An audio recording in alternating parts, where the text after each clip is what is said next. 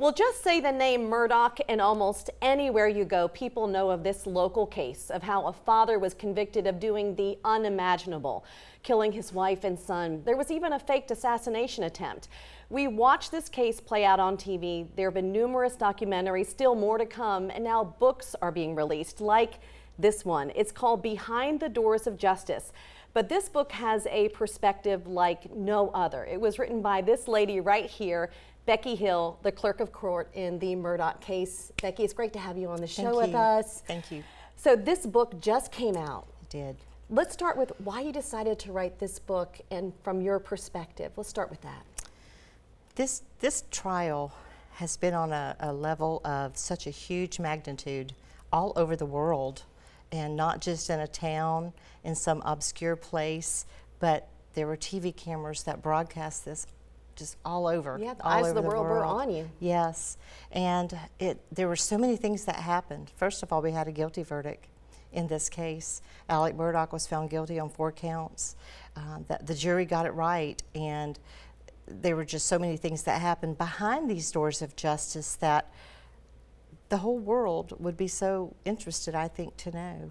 Well, I started reading the book, and I was just drawn in immediately because you don't understand the intricacies, logistics that you had to go through to handle the media and to make sure everything was handled legally. Yes. To make sure that justice was done in this case. Right. But you also knew the Murdaughs. Your families have been connected. Yes. I can't imagine what that was like for you. Interestingly enough, my grandfather and old Buster were good friends back in the 50s, and this was in the days of the moonshine conspiracy days.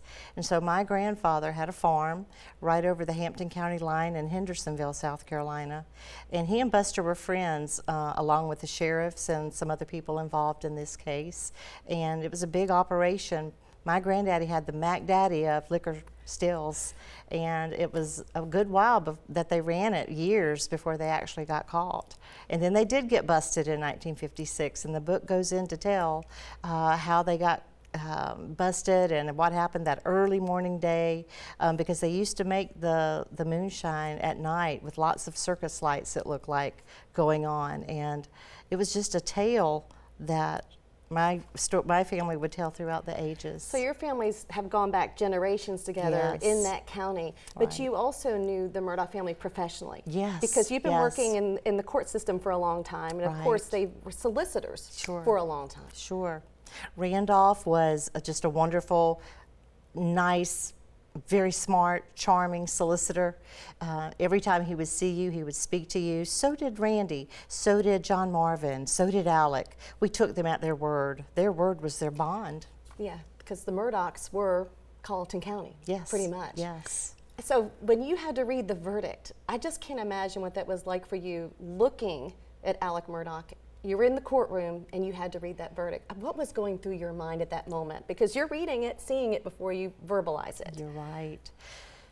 It's almost as if time stood still for a moment, and then Judge Newman handed me the indictments, which is usually not what we read from. We read from a verdict form. But Judge Newman's old school, and he handed me the indictments and instructed me on how to read it. Madam Clerk, you may publish the verdict. Guilty verdict. Signed by the forelady, 3/2/23. And it's almost as if time did stand still. I could feel Alec watching me along with his family. There were no emotions on their face at all. But yet I talked to David Owen, the lead investigator for SLED in this case, and he was weeping, he was crying. He was so emotional for the fact that here we were, and all of this had culminated to a point where the jury was about to give a verdict, and I was about to read it. And we had guilty on 4 counts. I remember that. It was like time stood still. It did. Oh my gosh. Yeah. So when you look back at this experience that you had with this case, with the family, and writing this book, what do you want people to take from this experience now that you've had some time to process all of this? I believe to know that justice has been done in a courtroom where right is right, wrong is wrong, when there's good and evil and people come up for justice, that justice was done in this particular moment.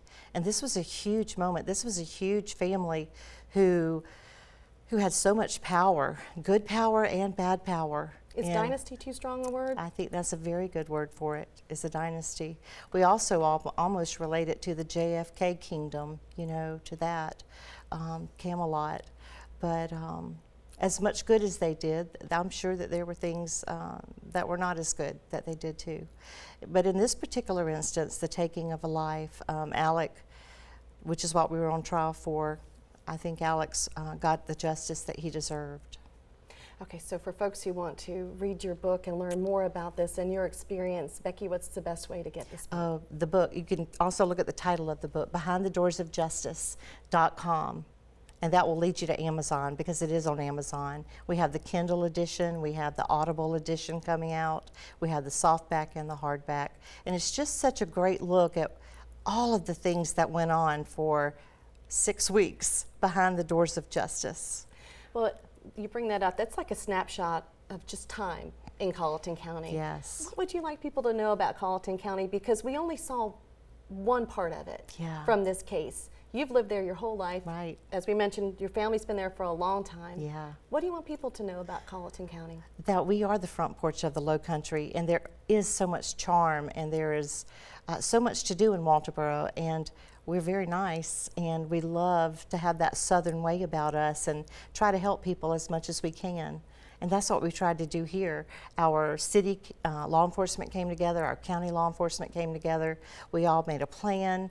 The businesses around the town center came together. We brought the food trucks in, and we wanted to make sure that everything was provided as far as we could think of for people coming into our small town. And I think we did a very good job of it. All right. Well, Becky Hill, thank you so much for joining us today, and I can't wait to read the rest of the book. Thank you.